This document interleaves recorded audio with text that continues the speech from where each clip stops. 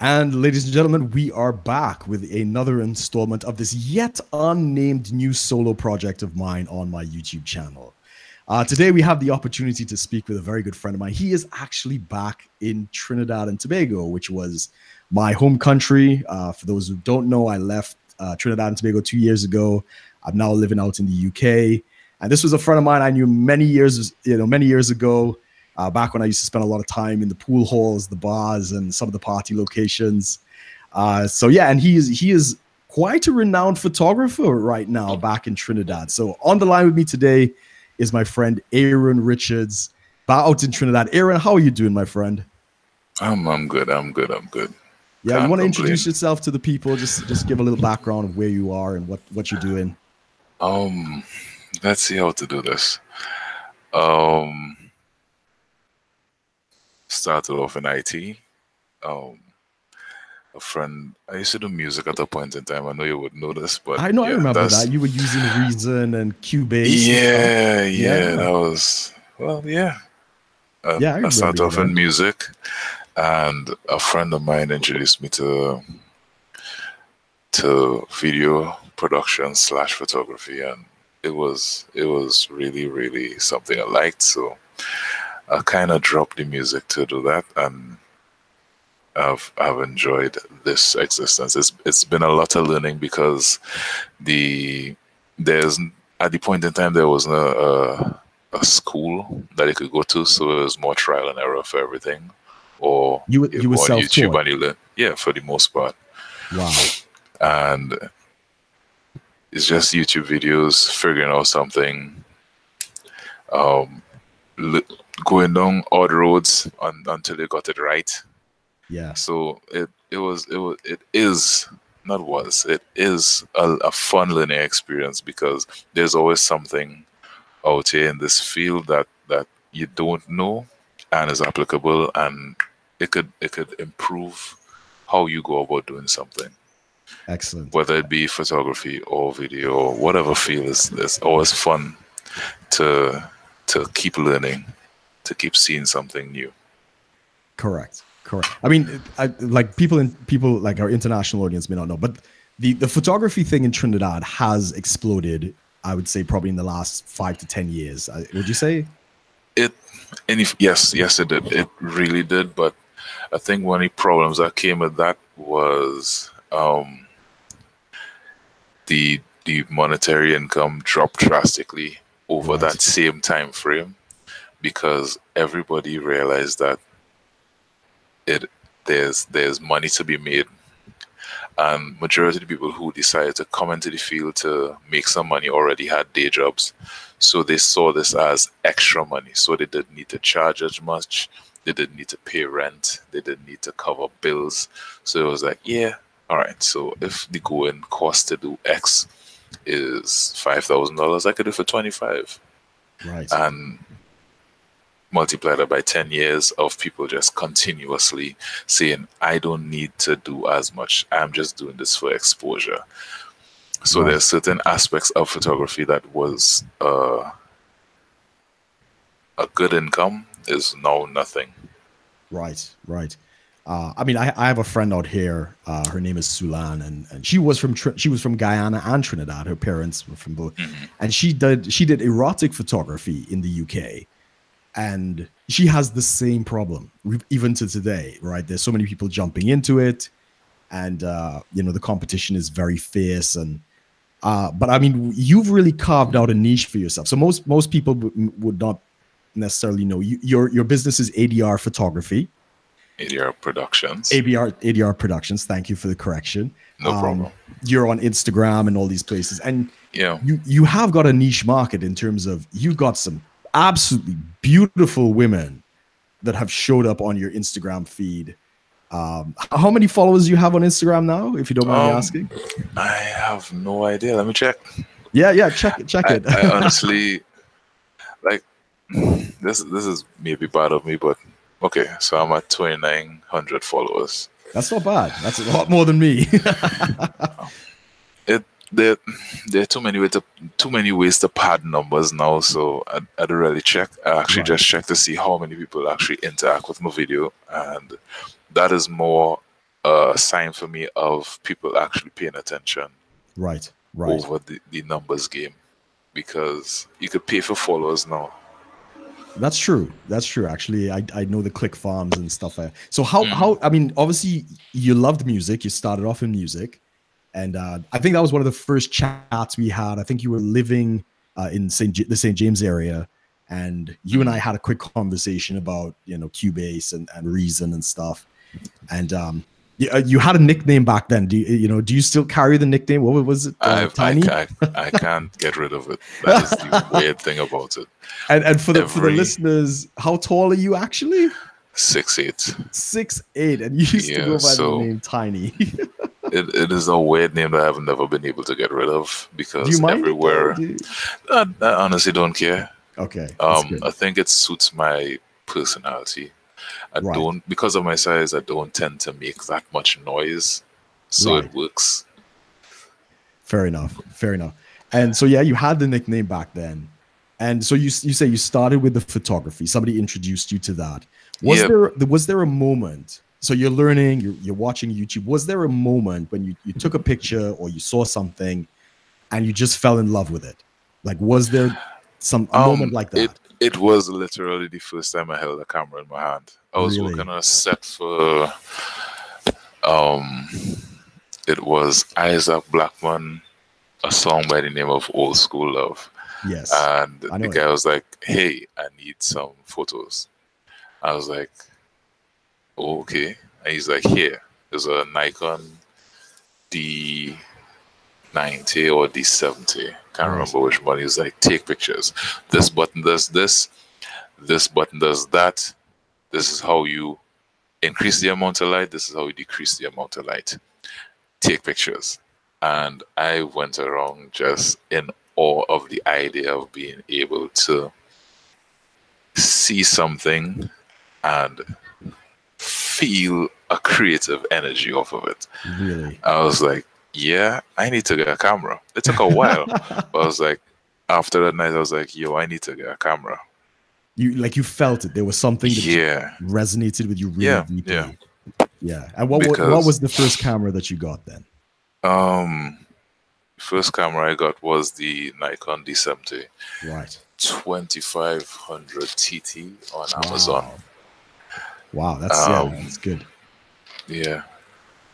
I can't remember how much to clear it, but like that was my back then. That was my monthly salary. So I don't know how I made it through another month. I was just like, here, take my money. I wanted a camera, and that was the beginning. That was it.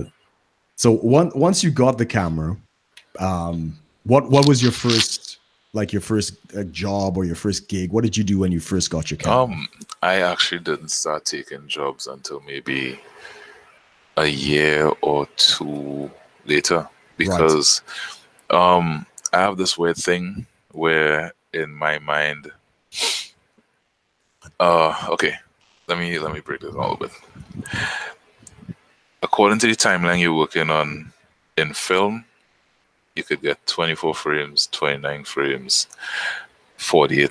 Depends on your timeline. So the average timeline people work with is either 23.98 or 24 frames. So how I viewed photography was my way of getting better at film. So I never really studied photography as a means to an income, but more of a tool to get one frame in 24 frames right. So my thinking was once I could get a frame right, I could get a second right. If I could get a second right, I get 60 seconds right. And yeah, that's how I kind of did photography, as getting my framing right for filming. Excellent. So you did your first gig, you say, about a year after you got your camera. What was it? What was it? Was it a wedding, a special event? What was that? As if I could remember. That was so long ago. It probably was. Most likely it was just to take pictures of models coming down a runway for some fashion show. Yeah. That's most likely what it was. Were you around in the days of the Emerge fashion show? That there was Uh, maybe it was with what was the big what's the big party website in Trinidad again? Trinity Scene or there was Trinity Scene, there was Lizard Blizzard, there was Jungle Juice. So yeah, it most I likely think be it was one of those. with Edison. Edison was at the head of it, so I think that was Trinity Scene. Okay. I can't remember, but I know I he can't he remember tried. either. He started off with the same kind of thing. The first time I saw Gabrielle Walcott, for instance, who represented Trinidad in the Miss Universe and the Miss Mm-hmm. World, was at one of these Emerge fashion shows that was put on by Mm-hmm. that, and that's a Okay. great start. For people who don't know, Trinidad and Tobago has some of the most beautiful women in the world, right? Would you agree? For sure. I Yeah, agree. definitely. And it was I was there in a kind of support capacity, and I remember having a fantastic time, really, meeting the girls and stuff like that. So if your first event was a fashion show of some kind, is that something that also resonated with you, working with people rather than still life or scenery, something like that? I guess it did It because must have. there's something about being able to capture someone in a moment that is magical for me personally. Yes. Like even on dates, there like someone like a girlfriend looks at you a certain way. I'll just be like, wait, don't move. Just take a picture quick and put my phone back in my pocket or rest it back on the table. And she watched me like, what? I'm like, I'll show you later. And it is, I don't, there's a beauty in natural moments. Yes. So as much as photography requires posing, I will pose someone and there's a moment in that pose where they get relaxed. That's the moment that I look for. Right. And I mean, you've obviously been very successful at what you're doing. I think a lot of people have requested you specifically. Who would you say is like the biggest star? The person that you enjoyed working with the most, or yeah. The funny thing is, where photography is concerned, I haven't had I've had pictures of the biggest people that exist in entertainment in Trinidad, but Yes, video is what got me more interesting situations. So I think I did work for Major Lazer in the past. yes, Bungie Garland Marshall. yeah. I saw those. Yeah, actually, To name a few, but your video videos is more where interesting situations happen. I'm actually trying to have a conversation with Leroy Clark. I don't want to call it an interview. Right. He's one of the premier painters out of Trinidad and Tobago. I've randomly, through a cousin of mine, we met, and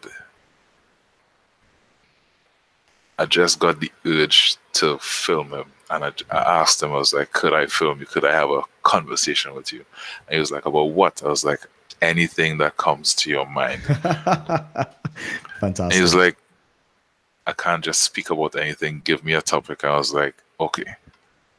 And I didn't expect him to be able to speak so much. And well, I did expect it. I lied. Right. But there was something magical about how he responded, because it wasn't just a direct response. He had to go off in so many veins just to come back to that one answer. Awesome. And yeah, so that is, I think, is the that most interesting thing that is happening right now. Is that video on YouTube or where? No, where I'm not. it's I'm not not. out yet? I haven't done anything with it as yet. Okay. I still need to sit down with him and speak with him some more. Okay. But okay. That's amazing though. When a conversation goes really well, there is an energy to it. I completely agree with that. For sure. Yeah. Well, I mean, we reconnected over my video with my friend Herbie. For those Mm-hmm. who may not have seen, I know you haven't got the chance to see it yet, but the topic, of course, was masculinity, which is all Mm-hmm. over the news in both good and bad light, as some people are saying. And I really wanted to when Aaron reached out to me, it's like, yeah, this guy, he's a cutting edge in his field. You've got a great story, even in your personal life with your weight loss, and Mm-hmm. your Instagram is packed with your gym, your swoffies. Yeah. um Honestly, like I'm really private, and for me, I think there's this disconnect between um being overweight and being fit. Right. There's a before and after picture. There's never the journey. So I was like, you know what? If I'm going to go on this journey, let me show some snippets Right. of what actually needs to take place Right. for change to take place. Because there, like I said, there's that disconnect, but people need to see it isn't there isn't a shortcut that could be. You could take all the tablets you want, you could go and get the liposuction. You still need to do something You need to physical. do the work. You need to work. Yes. And I Yes. think we've lost contact with the idea of working for something, especially how society gives us the whole idea of microwave and everything. You put it in for 2 minutes, you get it. Nobody wants to go through the whole process of cooking again. Yes. Yes. It takes time, it takes effort, it takes, so like at my heaviest I was 450 pounds. Right. So I'm currently like about 15 pounds off of 100 pounds lost. Wow. That's Yeah. incredible. And it's been, there's so many struggles attached to it that need to be spoken about. The Yeah. hunger, the days you don't want to do it. But I Definitely. think my approach to it was create a habit. A lifestyle. Yeah. Yeah. So Oh, wait. Well, let's go back a little bit. Let's go back a little bit. sure. So, your transformation has been amazing, and I'm a big fan of seeing you. I mean, the weights that you're lifting are phenomenal. What you're doing in the gym, but like you say, there was a point where you were heavier. So what was the catalyst that made you decide? Because every year somebody says, "Oh, this is the year I'm going to lose weight," and they're in the gym for a week. Or we used to see the people going around the savannah in Trinidad trying to lose weight for carnival, and then Yeah. you never see him again. What did it for So you? yeah. Um when your knees start to hurt when you try to get up, Right. and you're not 40, you're not 50, and you have all these aches and pains. Your clothes, you can't get any clothes to fit you. Even more personal stuff than that, you smell. Right. Because you're overweight, you can't dry, there are folds of fat, water Right. stays there. So all these things for me was like, you know what? Make a change. But don't do for me, as I said before, I had to make it a habit. So I didn't do the whole go to the gym. Every day, I said to myself, if I could find time to go to the bar, to whatever, why not make that? Why not stop that one thing and create time for this change I need to happen? Yes. It took a while because I had to create a habit. Yeah. So once I wasn't working, I made the time initially twice a week. Then I say, you know what? I can't do this twice. 3 times a week, I would walk to the savannah, not the Queen's Park. I was up in the east at that point in time, so it was Aranguez. Aranguez, yeah. I would walk up to Aranguez from San Juan and make a lap. Right. I did that 3 times a week. It took me about, I wouldn't lie, it took me about 6 months to be able to actually jog it Right. without stopping. That's Took good. about 6 months. At that frame and everything, that's really impressive, Yeah. actually. Yeah. So after I got the mentality of I have to exercise, not I want to, not I need to. Once I got it to that point where I have to exercise, it was like, all right. So now I'm at this point. I could go to a gym and not say, I'm in pain. I'm Right. not coming back. I need to rest. I need to recover. I'll come back next week. The whole thing, the whole drama you go through just to spend $300 and say, you know what, I'll start back next month. The excuses. Yeah, so Yeah. because before that, like I joined gyms a lot of time, and by the time you hit the end of your first month, you're like, you know what? Let me come back to this at another point in time. Yeah. Yeah. So it took a while, but I finally got this. It was literally like a gift to myself, Right. saying, hey, I care about you. Go be better, be stronger, be healthier, make better choices. That is, I mean, that so resonates even with myself, because I've been heavyweight, you know, for pretty much all my life. I don't have your height, but yeah, I've at my heaviest, I'm like what, 5'7", 5'6", somewhere in between. And at my heaviest, I think I got up to like 240, which is that's morbidly obese for my size. And just like you, I would hit the gym. I didn't do much on the diet. I never did anything on the diet until recently. And you hit it hard for a month, and then it's like, okay, I need to take a week off. And that week turns into like a couple months. Yep. And I mean, this will bring into the topic of masculinity. As I was talking to another guest earlier, and I talked about that. When I came out to the UK, for me, it was really about making a brand new life for myself. It's like I'm coming to a new country. I can remake who I am. And part of that was, I wanted to deal with my health. And I had another burning question. Some of our listeners may not know. I didn't have a very close relationship with my dad, and it's all complicated. The family's a mess. So one of the first questions I had to answer for myself was, what does it mean to be a man? And what does masculinity mean? Like, if I want to build myself into a better man, what does that look like? And as simple as the question is, most people actually can't answer it, right? Agreed. And so let's get into that, because strength for me is a big part of masculinity, right? I mean, that's kind of what defines us.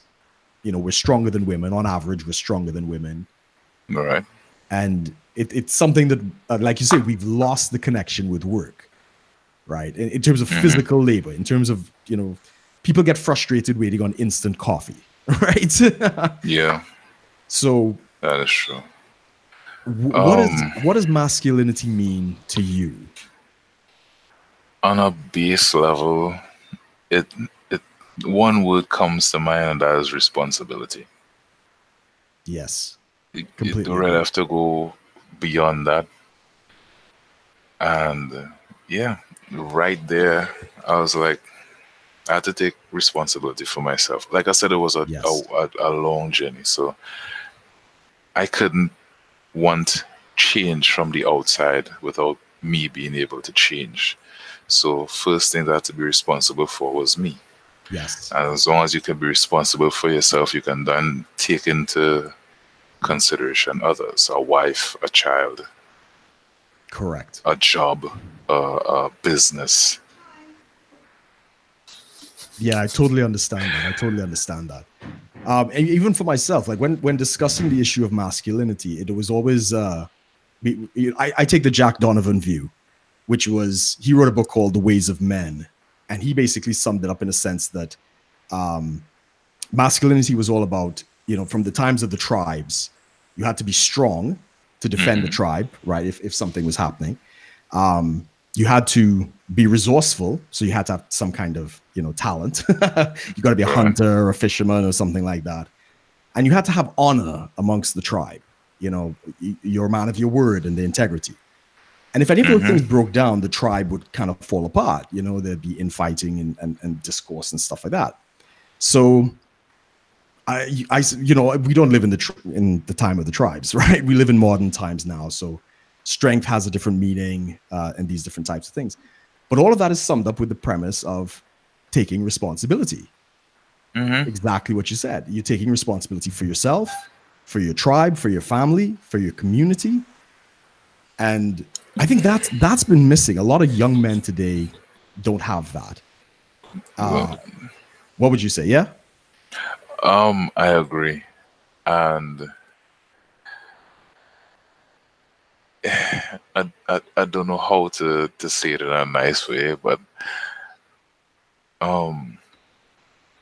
the less fathers around kind of proves that responsibility, as much as it is a general thing, it is usually a thing that is masculine in nature. Correct. I mean, did you have a relationship with your dad? I don't mean to get too personal. As an adult, yes. As a child, no. But I had my grandfather around. Right. Okay. I had my uncles, so I had figures of masculinity, people who had to take care of families, be resourceful, study. So as much as my father wasn't around, there was still masculine energy around me. Right. And as an adult, our conversations are usually me learning from his life, because he's made a lot of mistakes and he acknowledges it, and he passes on the information to make sure that I don't make the same mistakes he does. Right. So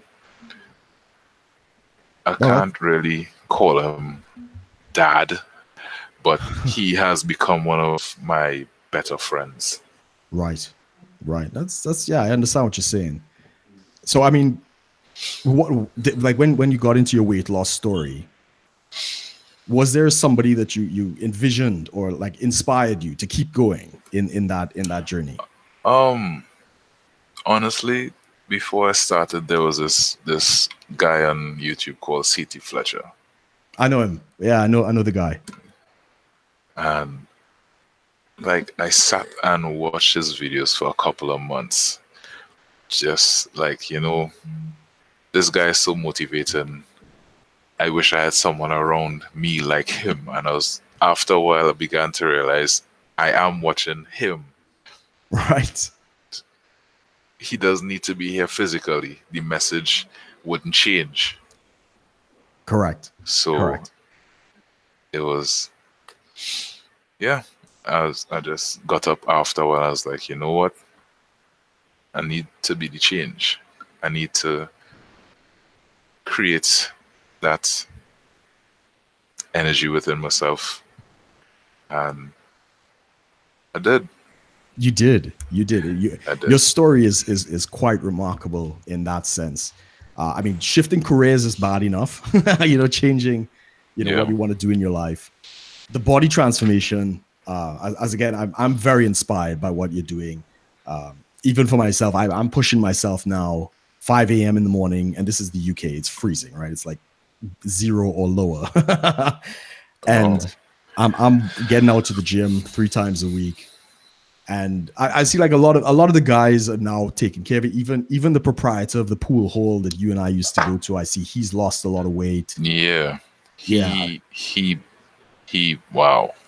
Amazing. Yeah. And he goes way extreme on the dieting. Really? So yeah, he does like juice fast. Right. So he will only do liquids for a week. Wow. So vegetables, fruits, blend, sloop. Right. What did you do for the diet? Just quickly on that. Keto. Right. Yeah. Low carb. Low carb to no carb, just to get the body weight down. I did like 20 pounds in a week. Amazing. Yeah, because I did 0 carb as well, and I lost about 20 pounds in the first month. In a month? Yeah, might have been more because I didn't actually track my weight in the beginning. Yeah, I checked my weight just before. Yeah, and going 0 carb was was because I did zero carbs, zero sugars. Yeah. So it was different. I was so weak, but like I still went to the gym. I couldn't lift as heavy as I wanted to, but I still made sure to lift. Right. So I think all of that contributed towards the 20 pounds. Right. But right. the thing is, there's that rebound after you come off that you have to be conscious of, because you'll find yourself scarfing down that 20 pounds without even knowing it. Absolutely. So it's still about finding that balance. Absolutely. After you've done the whole diet thing. So like, I mean, for my cheat days, Friday, where I give myself something, and even like junk food tastes better now that I'm not having it as much, which is awesome.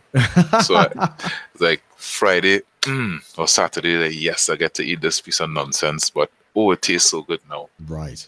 And it's not your taste buds, everything is refined, right? For some reason, when you get on these diet and you get off the sugars and the refined stuff, your body heals up and you actually kind of restore your taste buds a little bit. Yeah, I agree. Yeah, because I remember days like back when I was liming in the bar a lot, eating 2 5-piece KFC meals a day. Wow. Yeah, it's like I'm hungry. Yeah. And then you watch the scale and say, what I did over 400 pounds. I should change my diet up. Yeah. And you'll buy a 3-piece instead of a 5-piece. Like, this is healthy. Yes. Fantastic, man. Fantastic. So where do you see yourself going? I mean, obviously the photography and the media production is a big part of what you want to do. So if you could see yourself, where are you going to be in 5 years? What are you hoping to accomplish physically, personally as well, for like yourself and for the business? Where do you see it going? Personally, 5 years, I want to see what I look like with abs. Good man. Abs are not necessarily keep it, but just once I want to be able to say like, all right, you saw the bodybuilder side of yourself, the strongman side of yourself. Yes. This is what it looks like, and then I'll just do something to maintain a slightly higher fat percentage. But I don't really care for abs like that. Just out of curiosity, what are you benching, or what's your strongest? The strongest weight. Heaviest bench without assistance is 4 plates for 1, I believe. Right. That's for 45 pounds. On one side. 4 45 45-pound plates per side for people who don't know. And I think I squat 5 plates already. Wow. On both sides. Dang. Yeah. And I deadlift 5 plates as well. So that's incredible. Okay. So you want the abs, or at least to see it. You want to be able to see yourself once with abs. Yeah. It's hard to maintain. Abs are really your diet plays more with abs than anything else. You're right. So what else are you looking for? And I want to shoot a movie or 2 at some point in the future. Like an actual film? Yes. Yeah. I've shot films with other people. Right. It's a long, hard process. Yes. It's a long, hard process, but I want to do it, see what it feels like, go through the process from a director's point of view. Right. Because I've been through it from the perspective of a camera operator. We get to go home, sleep. The director gets to go home and be frustrated. Yeah, it's far less for the editing room. Yeah. And like the guy I learned some of my stuff from, he does everything. So he goes from shooting, directing, shooting, and editing. Right. So it's like that process. I want to be able to experience it, see if I like it. Right. And I want to, honestly, at some point, I need to travel the world and film places from my perspective. That's excellent. Married and have 2 to 3 children as well. Right. So this is the next topic I want to get into, which is the relationship side of things. Now, I've been, a lot of these conversations have been around aspects of relationships, including the influx of feminism, the man bashing, a lot of that kind of stuff going on. Now, I don't think it hasn't reached Trinidad to a major degree. Correct me if I'm wrong. Say that again? I don't think this radical feminism has reached Trinidad to any major degree. I know I've been out of it for a while, so you need to tell me. I would say that it is here because we eat what America shits.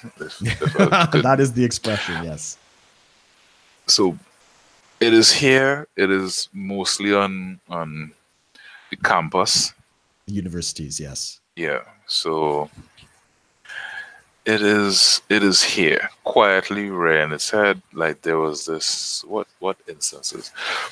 But it isn't as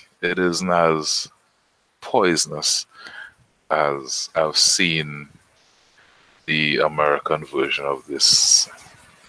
It isn't that bad. But it's going to get there because we speed through. We are a sped up version of existing cultures that interact with us. Correct.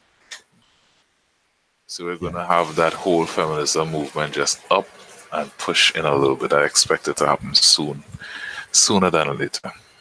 But at the same time, we have carnival, and it's fun.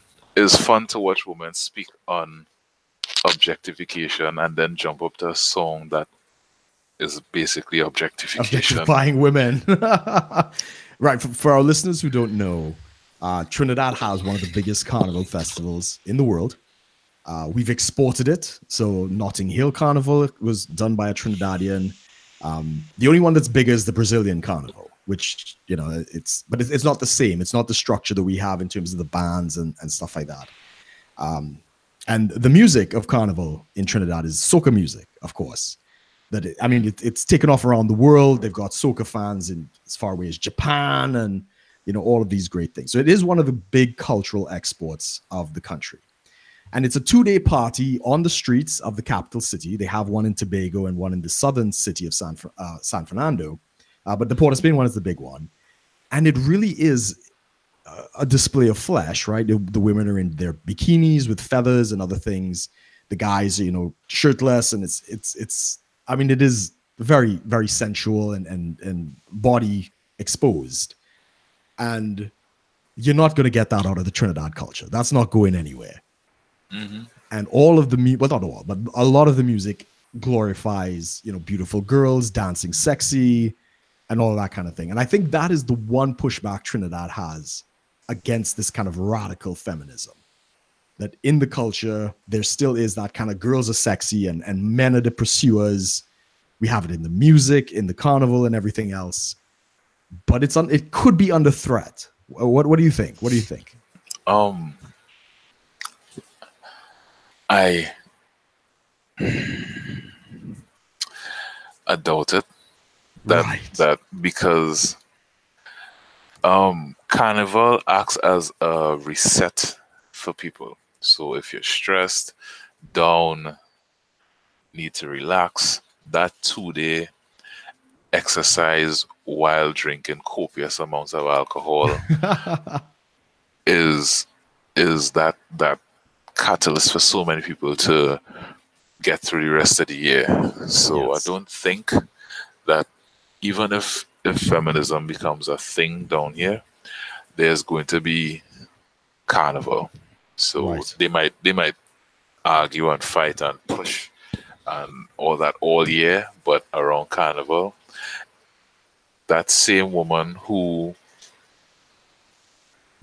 doesn't want to be catcalled or whatever is the new thing that a man does that a man shouldn't do around carnival time, for the most part,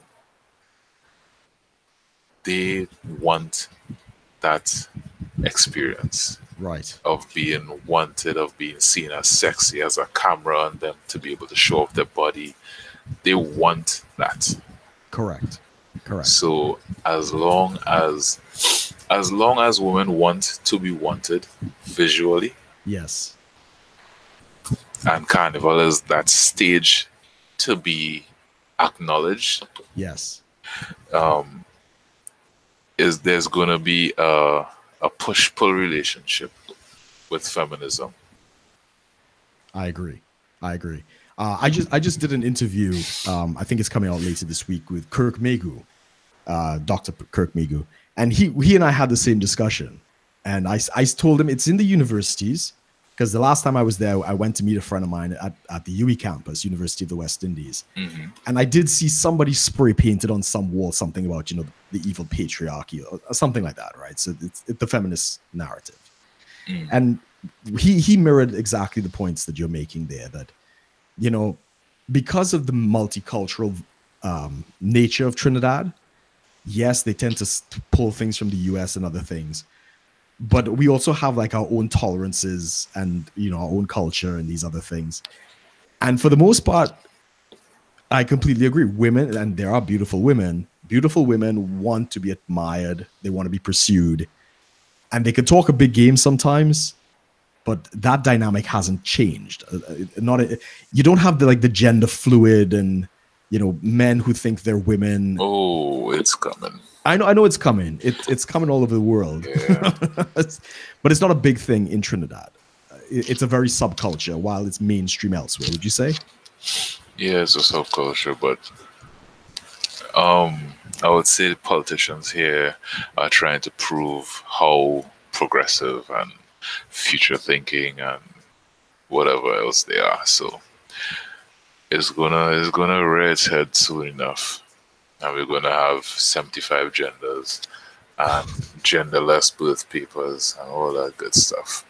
I'm curious to see. I could smell it. You think it's definitely going to happen? Yeah. I mean, no, but it might take because we've just decriminalized in Trinidad homosexual relations. It's not legal marriage for homosexuals, but they've decriminalized sexual acts between homosexuals, right? Yeah, they just and the thing is, the law wasn't for homosexuals. It was just for the act of Bugging. Yeah. They just like, all right, cool, they could have anal. But my thing is like, everybody who was into it was already doing it. Unless you were out in a park where someone could see you. Yeah. Nobody knew your business like that. Correct. Yes, there's homosexuality, but hooray, I guess. Yeah.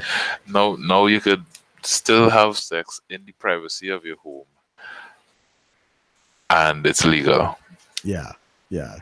That's always been my opinion. And like, I know you wanted to ask me about my time as a preacher and stuff.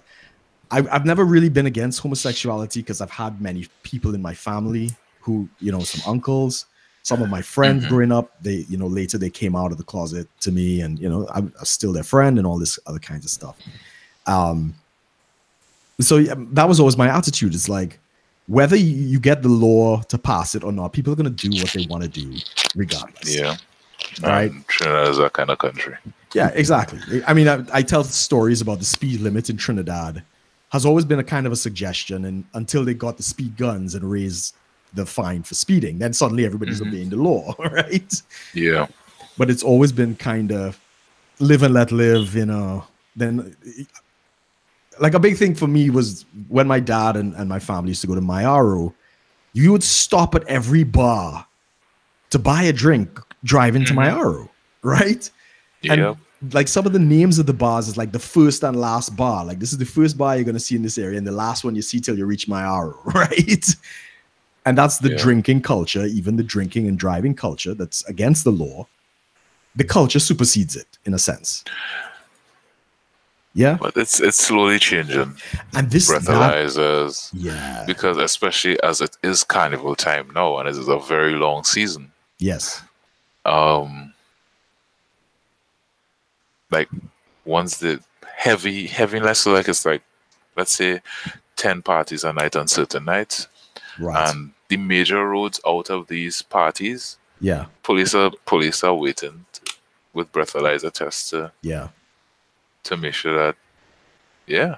Yeah, you're not driving drunk, and no, I completely agree, and I think that's a very recent thing. You'd have to say, Yeah, because it's very, that's very not the recent. norm. That's not our generation. That's, so it might change, but I'm still hopeful, especially the feminism thing. That if the higher ups, the politician, the political class, start to push this, genderless, 75 genders and all this other kind of stuff, I think there might be pushback more so, because I don't think Trinidad is that progressive in their thinking on the gender issue, at least.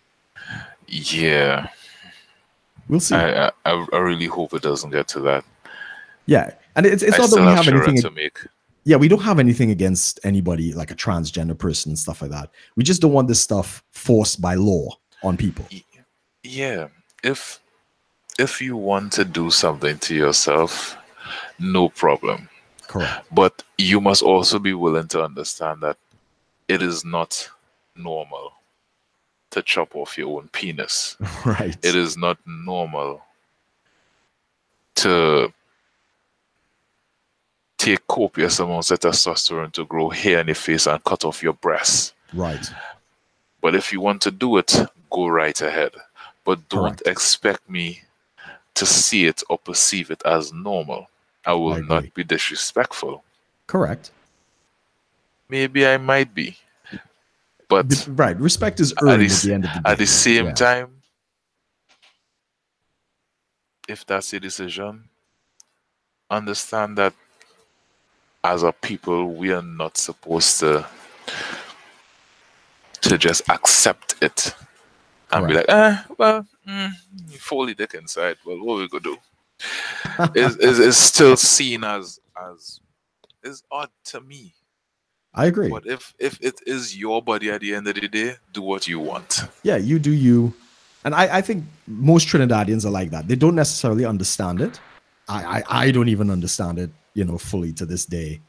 But I think as long as you're not harming anybody, and my tax dollars are not, paying for your transition or your drugs, you do you. And we've had transsexuals in Trinidad. We've had cross-dressing and we've had it all. I think transgender nearly got elected in some local elections the other day. Yes. Some animal, she was, he or she, I think it was a she. He transitioned to a she. So she was like a very big animals rights activist or something. I remember that story. Yeah. I don't think she won though, but. I don't think so, but. Yeah. I it's don't coming. think but I just say, just do you. Yeah. But just don't force me to accept. Correct. Your, in my terms, madness as my reality, as normality. Correct. And I mean, psychologically, it's gender dysphoria. Like you're not really supposed to transition without the diagnosis of gender dysphoria, which is a recognized mental condition. Very hard to diagnose. We don't fully understand it. But like you said, it is an abnormality. So this idea to try to normalize it, I think, is destructive. Yeah. And so I completely agree.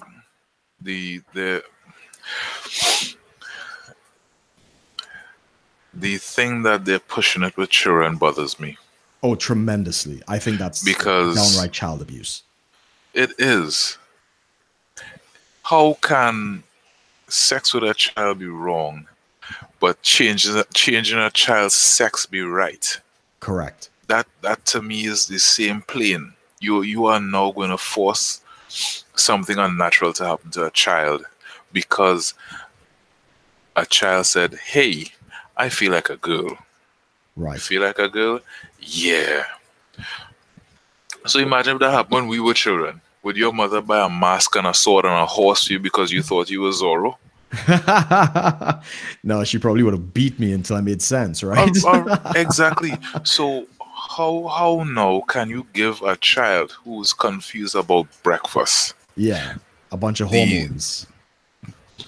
Convince you into giving it a bunch of hormones Correct. and be like, yeah, you go out and be the best girl you can be. Correct. And the thing is, yeah, go ahead. because of how children are, if one child does it and it's cool, Yes. another child is going to say, well, if it's cool Yes. to pierce your ears, to take a tattoo, to change your gender, might as well join the gender bandwagon. Yeah. And there's because I want to be cool too. Yeah, it's called trans trenders. So it's because the whole transgender movement's getting a lot of attention. People want to be cool. They think that's the way to do it. But the irony of this, of course, especially when it comes to kids, once they hit puberty, that kind of most, if not 95, 99%, I don't know the exact number, most kids get out of gender dysphoria by the time the hormones kick in and puberty. So if they, I definitely think no transitioning before the age of 18. I think that should be law. And it has to be by diagnosis. But I mean, we could spend a lot of time on the trans thing. That's not really where we were going. You wanted to know a little bit about, well, I guess my transition away from the ministry because stuff. It was bar, pastor. I don't know where you are right now. Yeah, I think it's a kind of a good story to share. And then I got one more group of questions for you, and I'll let you go. So for those who don't know, back in the day, Aaron and myself had a mutual friend who owned a sports bar in St. James, which is a city just outside the capital. And we used to spend a lot of time there. We used to almost daily sometimes. It was quite intense. And it was drinking, and it was pool, and we shit talk and all this kind of stuff. And I'm not exactly sure at what point it was. I got back involved with the church, and I was telling Aaron that even when I was in the church, I never had an issue with drinking.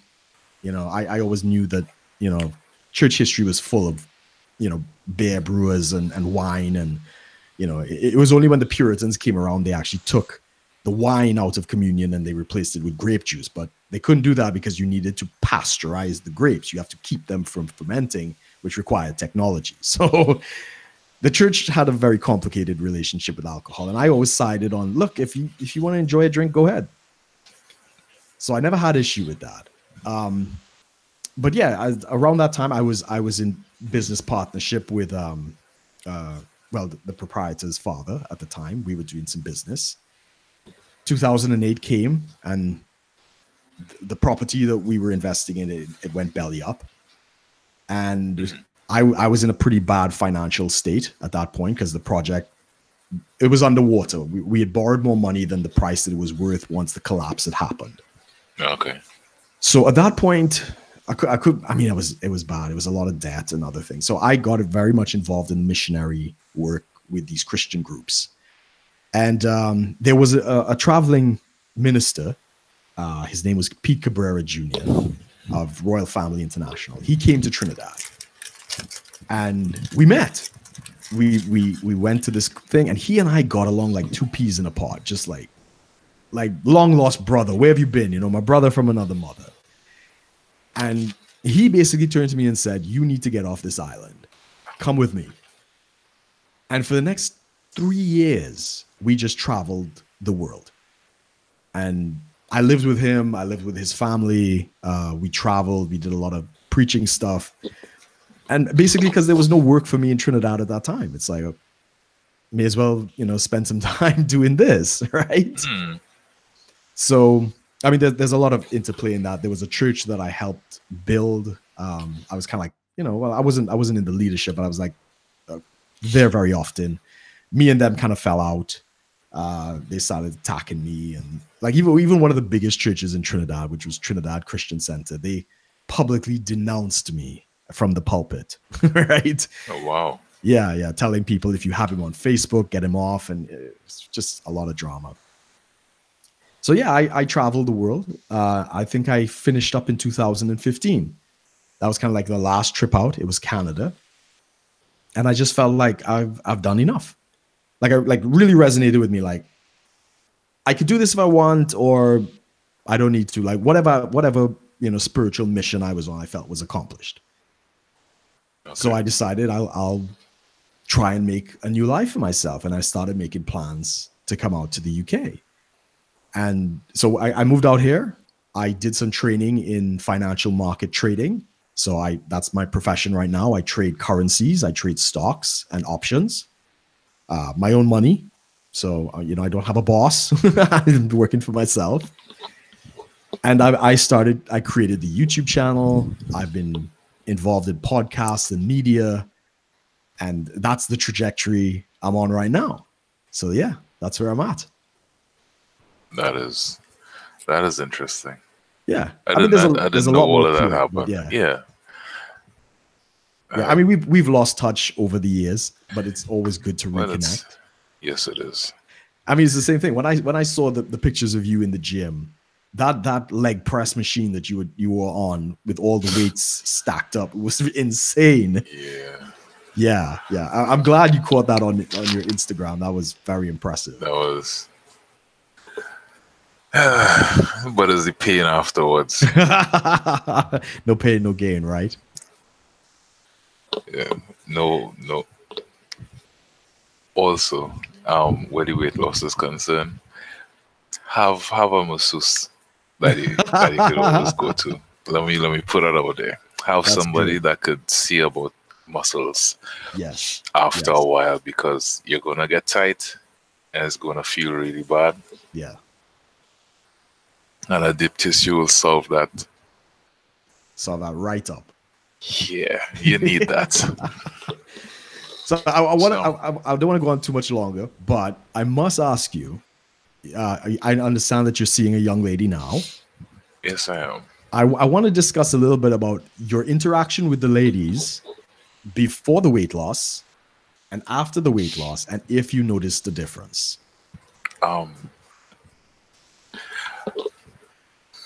Of course, there's a difference, and the thing is, like,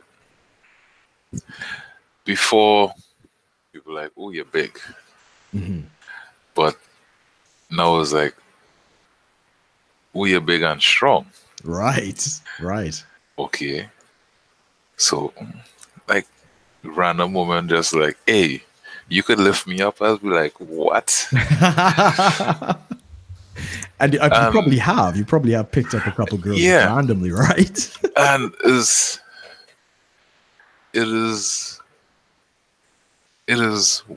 not weird, but before the weight loss, honestly, I was telling a friend of mine this last night or night before, I can't remember, but foreign women, UK, America, would have that conversation with me.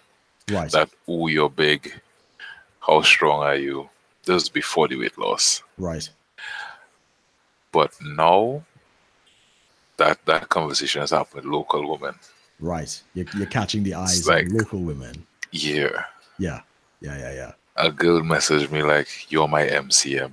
I was like, "What?" I was like, "Well, thanks." Really appreciate that. What is MCM for those who may not be familiar with the logo? Man Crush Mondays. There you go. That's it. I was like, thanks very much. Really appreciate that. And there's a game, let's call her my human for now. Right, right.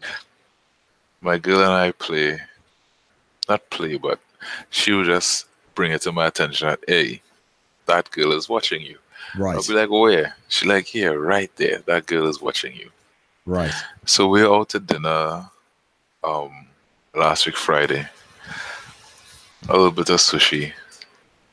And the table next to us is singing happy birthday to someone on the table. So we look across to see, just to smile and enjoy what's happening there. Yes. And one of the girls who's singing happy birthday is watching directly at me, singing happy birthday to the person at the table behind her. It's just locked eyes, eye contact. Yeah. And it's just like, Yeah. Well, this is nice. It is nice. I haven't reached that stage yet, but I've lost probably about It's 40 pounds, and even I'm noticing the attention yeah. that weight loss is given. Yeah, it it is weird. It is That's weird. the best category I could put it in for now. So where But did you your best human? Where did you meet her in this timeline? Did she know you before? um, we knew each other for years. Okay, I think good. I think we knew each other since she was a teenager. Okay, Random encounters here, there, everywhere. Um, just got, I think, a relationship I was in just ended, mhm. and a friend of mine invited me to go karaoke. And to me, karaoke here is a old people thing. But I said, you know what? Yeah, I'm not doing anything. Let me just go out. And we met there again. I was like, hey, how are you going? How are you going? And after that, where were you in the weight loss and all that stuff? um, I think I was around 40, 40, Right, 55 pounds down. excellent. And it was like, it wasn't even a relationship type vibe. Right, It was just like, we got talking, good. and she had her situations to deal with. I had mine. And we're at the point now where things are looking up. Really. Yeah, I don't want to You don't want to give too much spoil away. it. I don't want to spoil it. It is a fun journey I'm enjoying. Yes, that's really Um, good. That's really good. it's interesting for the Would you most part. say would you say that you're happy with like with everything that's gone on, that you really like where you are in your life? Presently, yes. Yes, The good. reason, as we're speaking, and it still goes back to a level of responsibility, Yeah. and I am glad that I made these changes. With these changes came a change in a mental state, Mhm. and I'm happy I met her, but my happiness isn't based on her. Very good. Yeah. Yeah. So it is a good place to be in. She makes me smile, I make her smile, but we still are able to exist separately. Totally understand. Totally understand. Well, just one final question before we wrap it up, because I know you're a very busy man. If you wanted to give advice to the young men, especially in Trinidad, because we know young men in Trinidad need all the help they can get. What pearls of wisdom would you give to the young men out there who might be listening? Wow. Um, Asking you to be a father before your time, but be willing to work. good answer. Good answer. Do the work. Yeah. Yeah. I don't know if you know Everything this. else will fall into place after that. Exactly. I don't know if you know this guy on YouTube called Richard Cooper. No, I do not. No? So he runs a YouTube channel called Entrepreneurs in Cars. So Yes, yes, yes. yeah, you know it? Yeah, I've yeah. watched a bit of his stuff. Yes, I Yeah, yeah, have. yeah, yeah. Older And white guy. yeah, bald head with a beard, Yes, I've sharp I've guy, seen a man. bit of his stuff. Yeah, yeah. I post some of his stuff every so often, and he was actually the guy that I found when I first got to the UK that put me on to a lot of the people I've been studying from. And he says the exact same thing. His story is also very, very interesting. Recently divorced, and he's gone through a transition as well. But he says, do the work. Like, especially for young men, Mm-hmm. don't get sidetracked by the women, the ladies. That will come, especially as you get older. Like Yeah, I'm what? I'm 38. I'm going to be 40 in a couple of years. The attention that I get from young women, like 18, 19, 20, is ridiculous. Like they wouldn't even have bat their eyes at me when I was 18, 19, and 20. But now that I'm approaching 40, for some reason, I'm like the shit, right? Yeah. So I like his advice to young men is like, look, take your time. There are going to be a lot of women. Don't worry about that. Get your shit sorted out. Get your money sorted out, your business, your health. And like you say, when you deal with your inside, you get your game going internally. People come, women come, the right partner comes. Opportunities, everything happens. Yes. Once you sort you out, because once you put in the work, it's not about getting the results as soon as you put in the work. Correct. But over time, there is a trail. Yes. That exists that proves that you have worked, that will get you where you need to be. Correct. And that is ultimately, I think, this generation's missed it. Well, not ours. I think the one after us, and especially the one now. And that is probably the best life lesson for young men is do the work, right? I'd add to that, get smart with money. There's money is a huge thing. A lot of people don't understand it, but it is a skill that people can learn. I would say, yeah, those would be. I'm still learning that though. That is an interesting journey for someone. Yeah, it is. Like myself, it is. I can't describe it quite well yet, but I think one of the major things for people of my complexion and my community is we are not good with money. Right. And it is a skill that is needed. Agreed. Completely agree. On that note, I would recommend, I don't know if you've ever read the book Rich Dad, Poor Dad by Robert Kiyosaki. I'll need to get that book. Yeah, I would say that was the book. I read that when I was probably about 19, and it revolutionized my understanding of finance. And because I was always taught the cliche, go to school, get a degree, get a job, work 40 years, pay off your house, retire, and die. Right? And when I read his book, and it's basically the story of, he had two dads. One was his natural father as an academic, like a professor. And he had his best friend's father, who was an entrepreneur. And he would discuss how they would look at things very differently. And one was very much, his dad was very much get an education, get a job, get a pension, and all that kind of stuff.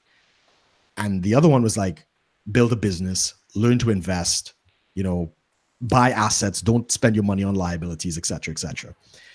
And one of the things I learned from that, so for instance, in the UK, I came across here with some decent money, not anything huge.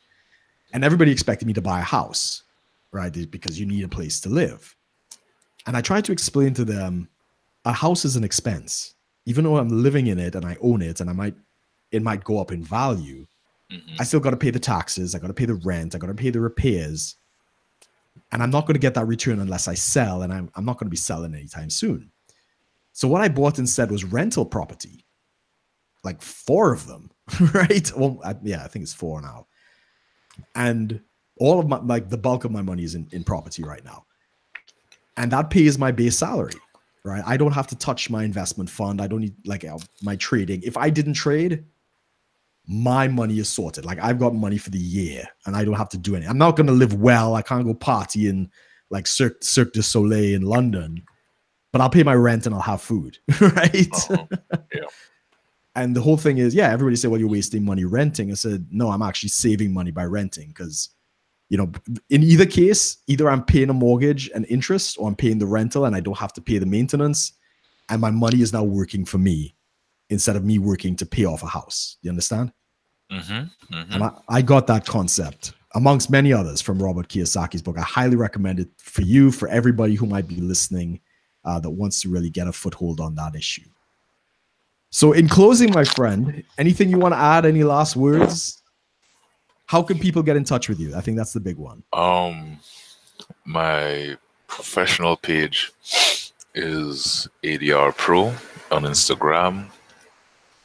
My personal page where I do the whole lifting thing is ADR.phone.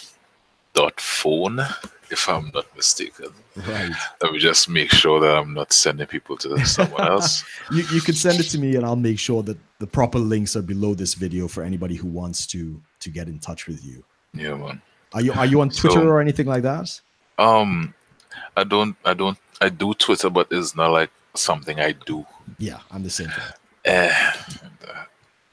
I'm not that cool with 140 or 50 characters. I think it's up to like 280 now, and I can't. It's not my thing either. Sorry. way too much misunderstanding, and all that could happen in a tweet. In nuance in a tweet. I agree. And who needs that drama, man? My friend. Yeah, any closing remarks or anything? This was interesting, and I liked it. This is the first time I've done something like this, and yeah, thanks very much for hosting this. I really appreciate it. Most welcome. You're welcome anytime. If you have any kind of projects that you want to promote or anything like that, let me know. And actually, I'm going to be back in Trinidad. I'm not going to say when, because I have a lot of haters on my channel that probably would like to do me harm. But I'll send you a message privately. And I'm going to be back in Trinidad in a time period. We must get together, share a drink, and catch up. Not a problem. Awesome. Sounds like fun. So for our listeners, I just want to say thank you all for watching and listening. Again, this is my friend Aaron Richards. Check out his Instagram. His 2 Instagrams. The girls are beautiful, man. You know, you're a very blessed man in that department. Be sure to subscribe to the channel. Share, be sure to like, share, and subscribe. If you have any comments, be sure to leave them below and hit the notification button so you'd know whenever I'm going live with another interview. So to all my watchers, thank you. And hopefully we'll see you again for another broadcast next week. Take care, guys.